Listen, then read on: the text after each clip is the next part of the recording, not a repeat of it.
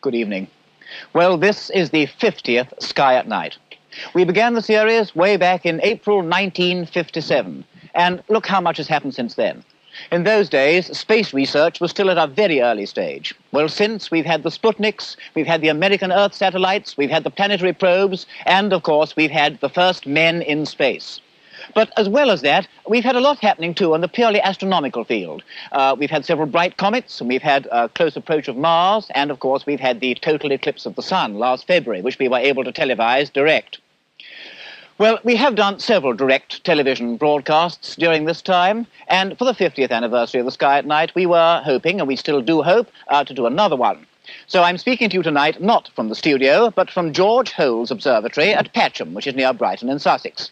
Well, George Holes, as you know, is one of our best-known mirror makers and instrument makers in general, and he's constructed this wonderful 24-inch reflector, which is one of the biggest telescopes in Britain and is particularly well adapted to this kind of work because it was built, well, rather specially for lunar and planetary studies. We have used it before. We have televised Venus direct from here, as you know. Well, of course, when we come to this kind of thing, we are rather dependent upon the weather. In fact, we're entirely so, because if you have clouds, there's really very little you can do about it. Now, we've done all we can. We have, in fact, as you can see, we've affixed a television camera onto the end of the telescope, and as soon as anything comes out, we'll be able to give you some direct pictures. But because the weather is so notoriously uncertain, we have cooperated with the Royal Observatory at Edinburgh. Now, at Edinburgh, there is a very fine 36-inch telescope, and we have, in fact, got a television camera fixed onto that one as well. So if the weather is not favourable here, and it doesn't look very promising at the present moment, well, then we do hope that we shall be able to get some pictures from Edinburgh. Well, earlier on this evening, things seemed to be pretty good, and we had quite a lot of clear sky here, and we were hoping for great things. Well, we still do, but at the present moment, unfortunately, we run into one of these banks of cloud. What we planned to do was to start off by showing you some stars, then go on to the moon, then Jupiter, and finally, the most spectacular thing of all, Saturn, the planet with the rings, which never has been shown before on direct television. Well, at the present moment, I'm looking around, trying to shield my eyes from the lights, because we've got quite a lot of light here, of course. I can't see very many breaks at all. The moon is clouded out, and so is Jupiter and Saturn. So I think before we do anything more, we'll just say a word or two about this telescope itself, because it is of rather a special kind. George, what do you think of the prospects now at the moment? I think we're nearly totally obscured, Patrick. I saw Jupiter a few moments ago. I can see it now. I can see it's but gone again. It's gone again. This is one of these infuriating things about which we can do absolutely nothing. Nothing at all. Well, they may be better off at Edinburgh. We'll see in a minute or two. Yes. Anyhow, I think, first of all, then, a few words about the telescope itself. I think so. How long did it take you to actually to make the entire thing? I should say getting on for 4 years, but it isn't finished yet. No. Well, 2 years of that were spent entirely on the glass surfaces. Yes. Spare time for 2 years on the glass, spare time for another 2 years at least on the hardware. And the main thing, of course, is the 24-inch mirror. Of course, that was only part of it, but I take it that was much the most difficult thing. Oh, yes, because without the mirror, the finest bit of engineering is useless. Because I'm looking all around the time to see for these gaps. Do you think it's any good turning onto the general direction of the moon? Frankly, I don't think it is. I can't see a single star at the moment. It's totally obscured. We were hoping to see Vega, which is the bright star straight above our heads, but even that's gone now. No, we've got to abandon it for a moment We're or two. blacked out. Well, we hope no something getting comes. away from I think that. it will. I think it will do. And anyway, we'll get something from Edinburgh, and we have got a direct recording that we can show you, even if things do come to that pass. So, look, let's say something first of all then about the actual optical system of the telescope, shall we? Yes. Well, telescopes are of two main kinds, astronomical ones. There are refractors and there are reflectors. Well, the refractor uses an object glass to collect its light. The reflector uses a mirror. Well, there are various kinds of reflectors, too. Most amateurs have got Newtonian reflectors, so-called because they were developed by Sir Isaac Newton, and in that, the light comes down an open tube, hits the big mirror at the bottom, is sent back up the tube, and then deflected into the side of the tube by a small mirror, small flat mirror, and so in a Newtonian, you actually look into the tube. Well, now, this big telescope is different from that because it works on two separate systems, the Gregorian and the Cassegrain. Yeah. Do you want to say anything about that before we actually demonstrate how it can be changed? Well, the Gregorian mirror is in the extreme end of the tube, And The here Cassegrain mirror is halfway down. well, we've got the diagram of the Cassegrain mirror on now, and you can see that the convex secondary reflects the light back through a hole in the main mirror. But of course, yours is not quite like this. We've got no hole in the main speculum. No, but it has an angle flat mirror to send the beam out at the side of the tube into either an eyepiece or this camera. Well, look, we just show, I think, where the various bits and pieces are. Up here we have the Cassegrain mirror, and the main mirror, of course, is down here at the bottom of the tube, and this is the eyepiece end. What happens is that the light doesn't get quite all the way back down the tube. It's caught, so to speak, and then shot into the side of the tube. And that, at the present moment, is where we have got our camera. Well, now, if you want to use the Gregorian system, well, that's rather different. Your Gregorian secondary is further away from your main mirror. It's near the top of the tube. And there you have a concave secondary. Once again, normally you have a hole in the main mirror, but the Gregorian system gives a greater magnification. It has got its disadvantages, of course, but it has got the advantage that it gives you, well, a bigger picture. Well, in this telescope, when George wants to change from the Cassegrain to the Gregorian, all he does, quite simply, is to slip the Cassegrain mirror down, swing it down into a kind of a sump built in the telescope for that purpose. There it is, yes. That's the Cassegrain mirror in there. There is the Cassegrain mirror. Now, as soon as that's done, then, of course, the optical system of the Gregorian can be brought into play. I'm going back to Cassegrain in case the sky clears. Well, go back to Cassegrain because it's, for goodness sake, because it's so much easier to get something into a field when the field is comparatively large. And with the Cassegrain arrangement, you have a much larger field. With the Gregorian, with its higher power, then you have a considerably restricted field.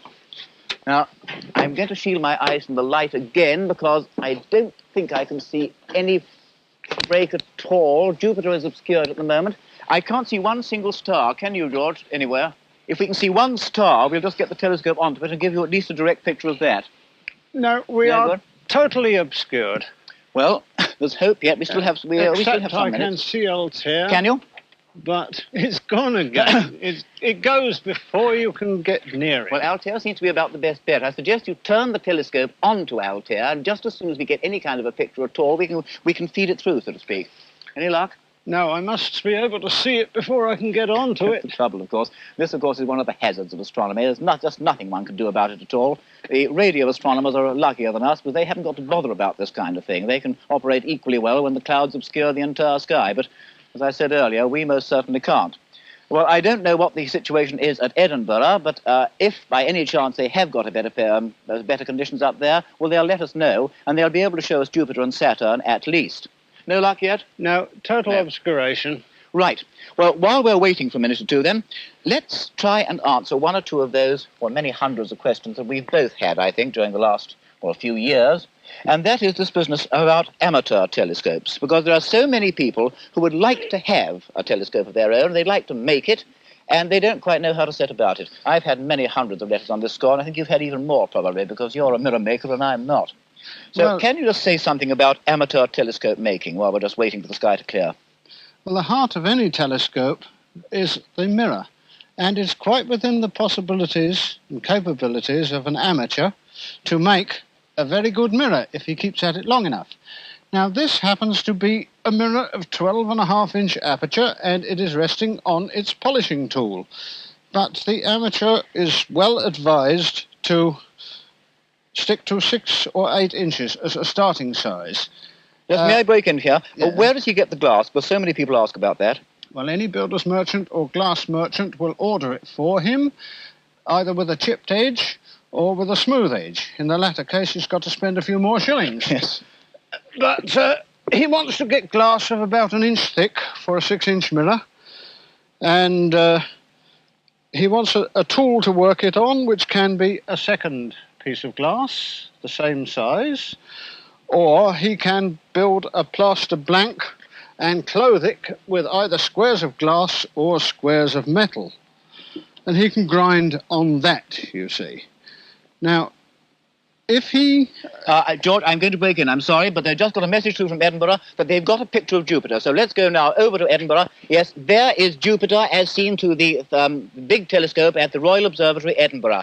It's not a bad picture at all. You can see that the planet is very markedly flattened at the poles, and you can see one of the belts. Can you see that all right? I can. Yes. Not a bad picture at all. I can't see any of the satellites, but you would hardly expect to under these conditions. Do remember that at Edinburgh, Jupiter and Saturn are considerably lower than they are from Brighton, because they're both in the southern part of the sky. Edinburgh, of course, is well to the north of ourselves, and the altitude is very much less. So I think they're doing very well indeed to get a picture at all. I do. You can see the planet, and you can see the belt. Well, that, I think, is extraordinarily good, and we can at least, that is now a direct picture from the sky. It's not a drawing or a photograph or a recording or anything else. You are seeing Jupiter as it really is at this moment. Well, I'm glad we saw that anyhow. I am too. Well, we have still got a few minutes left. I still can't see any gaps from here. We got some very good pictures not so very long ago, and we'll be able to show those at the worst if nothing else crops up. We're clouded out here. Well, there is 100%. some kind. Look, wait a minute. There's some kind of a break over there. Can you see it? Look over there. Yeah. Something. I can't see anything in it, though. No. Anyhow, I suggest that you swing the telescope down anyhow and just get ready. Well, right? onto the moon, if possible. I think so. Yes, because is some kind of a break there, and if we have some luck, well, we may get it yet. I very much hope we do, because this large telescope, with its tremendous light-gathering power, does give you simply superb pictures of the moon, and we have tried it out, and we have got some really good results. And, of course, tonight the moon is well placed because the terminator, or the boundary between light and darkness, passes over some very interesting areas, and we get these wonderful shadow effects. So I think what we'd better do now, just for the next few minutes anyhow, is to point the telescope somewhere in the direction of the moon, so that just as soon as we get a glimmer, we can turn onto it. I do hope we do, but it's so difficult to tell. One can't, unfortunately, control these things. There is definitely a lightning over there now, George. Can you see it? It's coming out. Yes, there is the moon. I can see it for the moment. No, it's gone again. It's gone. However, it's infuriating. There's nothing one can do. If Well, it becomes at all possible. Just got to hope for the best, I'm afraid. Anyhow, let's wait and take advantage of what we can. Of course, the moonscape is undoubtedly the thing one can see in the greatest details, no question about that, because the moon is so much closer than anything else in the sky. Hello, another message from Edinburgh. Yes, right, we've got Saturn now as seen from Edinburgh. So let us go now back to Edinburgh and have a look at Saturn from there. Yes, there it is, and this is a direct view of Saturn on direct television, and it's the first time that it ever has been done. Come and look at that, George. Can you see it? I am looking, Patrick. It's very, very good. Now, there is Saturn with its system of rings. Saturn is the ringed planet. It's unlike anything else that we know of.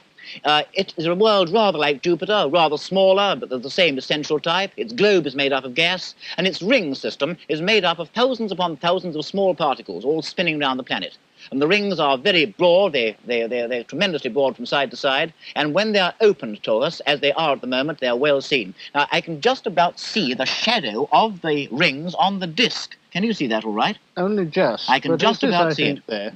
I say, don't expect this to be as good as the drawing you saw on the Radio Times, obviously, because this is a direct view. But all the same, that is, I think, a rather wonderful picture, and it's something entirely new. I'm extremely glad we got that, because no recording can ever be quite the same. And you are seeing Saturn now direct from the sky. Right, well, I don't think we're going to get any more from there, do you? So let's come back now from Edinburgh. Now, still have a few minutes to try and get this. The moon is just being awkward. The moon is just being awkward at the moment, I'm afraid. Well, now, we still have a few minutes to go. We just may get it, but I think the very best thing we can do now is to show that recording that we took earlier. Don't you agree? I think so, too. Now, earlier on this evening, conditions were rather better at Patcham than they are now. In fact, they were considerably better, and we were able to see both the giant planets. And so we did make a recording of both Jupiter and Saturn, and we're going to show you that now. It was taken about an hour and a half ago. Conditions weren't really good by any means, but they were reasonable, and both the giant planets were visible. So let's now have a look at this piece of recording. Not quite the same thing as direct television. We've got some clear sky, so let's turn the telescope straight onto Jupiter and have a look at Jupiter on direct television. There it is, and you can see, yes, I think I can see two of the belts. You can see them, definitely. Now, that is, I think, a reasonably good picture under the circumstances. In fact, it's as good as we can possibly hope to get.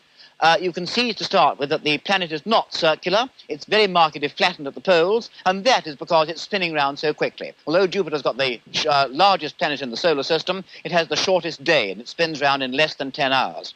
The cloud belts are not easy to see under those conditions, but you can make them out in the flashes of good seeing. Of course, there's a great deal of scintillation there. There's a great deal of wavering, too, and that is because of the conditions in the atmosphere. I'm afraid we are having a good deal of cloud trouble. Nevertheless, you can see the shape of the planet. You can see at least one of the belts, and I think you should be able to make out two, running more or less up and down upon your screen. Well, now, having had a look at Jupiter, I think it's time that we tried our showpiece of the sky and had a look at Saturn. Well, now, Saturn is over to the right of Jupiter, slightly higher up, and it is, of course, the planet with the rings. There's nothing else like Saturn anywhere in the sky, and there's nothing like it so far as we know in the universe. It is, I think, undoubtedly the most beautiful object of all. It's a world rather like Jupiter. It's smaller, but not a lot smaller. Its diameter is nearly 75,000 miles. Of course, it's much further away, and so it doesn't appear so brilliantly. But even so, it does look like a rather bright star. It's rather outshone by Jupiter at the present moment, but once you've found Jupiter, you'll have no difficulty in picking up Saturn. So I think, George, just as soon as you've got the picture in, we'll put it straight on the screen. Saturn never has been shown on direct television before. Of course, it is a difficult object. Please don't imagine that you're going to get as large and as detailed a picture as that very fine drawing that appeared in the Radio Times, because that was a drawing, and it's a very different matter indeed from getting an actual picture on the screen. There it is. You can see it. Yes, and there is Saturn for the first time on direct television. You can see the rings quite nicely. They're going almost up and down on your screen, and remember, the rings measure over 170,000 miles from tip to tip. Of course, they are also very thin, and so when they're turned edge on to us, they practically disappear. But that won't happen for some years yet, and at the present moment, the rings are wide open. We're still getting a lot of atmospheric trouble, and you can see a good deal of wavering there, but the form of the ring is perfectly clear. You can see also the dark gaps in between the ring and the planet itself. From here, I can just about see the shadow of the ring on the disk, which looks like a hard line. You just get that briefly in moments of very good seeing. Actually, there's not one ring. There are three rings of Saturn. There are two bright and one dim. The dusky ring you can't possibly see under these conditions, and the two bright ones appear as one. They are separated by a gap known as the Cassini division. Also notice, too, that Saturn, like Jupiter, is very considerably flattened at the poles because it also revolves around very quickly. Oh, we've got some more cloud coming in now, I'm afraid. But there it is, Saturn with its rings. The rings, incidentally, are not solid sheets. They are made up of thousands upon thousands of small pieces of matter, very possibly ices, all whirling round Saturn in the manner of miniature Sputniks. And that, I think, is a very satisfactory picture indeed of the ringed planet, so far as we know, unique in the universe. Well, while that was running, we were sort of looking wildly around the sky, trying to see a break, and we were also trying to contact Edinburgh to see whether they got anything from there. But apparently conditions up there have now gone more or less the same as they are here, and I'm afraid things are pretty solid. George, can you see anything at all? Vega! Can you see Vega? I don't know whether I can get on it. Right, the star Vega, which is the thing we wanted to show you, it's a bright blue star right above us, as I said earlier on, and with any luck now, we will be able to get the telescope on it. I can see it quite clearly, and I think we're just about going to have time to show it to you. But, of course, there's still a lot of drifting cloud up there, and we just can't tell whether it's going to be obscured at the critical moment. Of course, you won't see Vega looking large, because no telescope yet built will show a star. It's gone, Patrick. Is it gone? Oh, no. Just as I got it on the crosswires, it blacked right out. How absolutely typical. There's nothing we can do about it. I can't move a 24-inch telescope quicker than that. No, I'm afraid you can't. Well, is it worth keeping it there, do you think? Well, there's nowhere else to point it, is No, there? I'm afraid not. What I was thinking is if we're going to resign ourselves to seeing nothing more direct, then it might be a good idea to swing the telescope round into the camera and show the Gregorian mirror, which I think would be interesting. Right-ho. Mind Right, ahead, then. Yes, we're rather restricted up here. There is a railing to prevent people from falling over, I hope. But, of course, not a lot of room for two.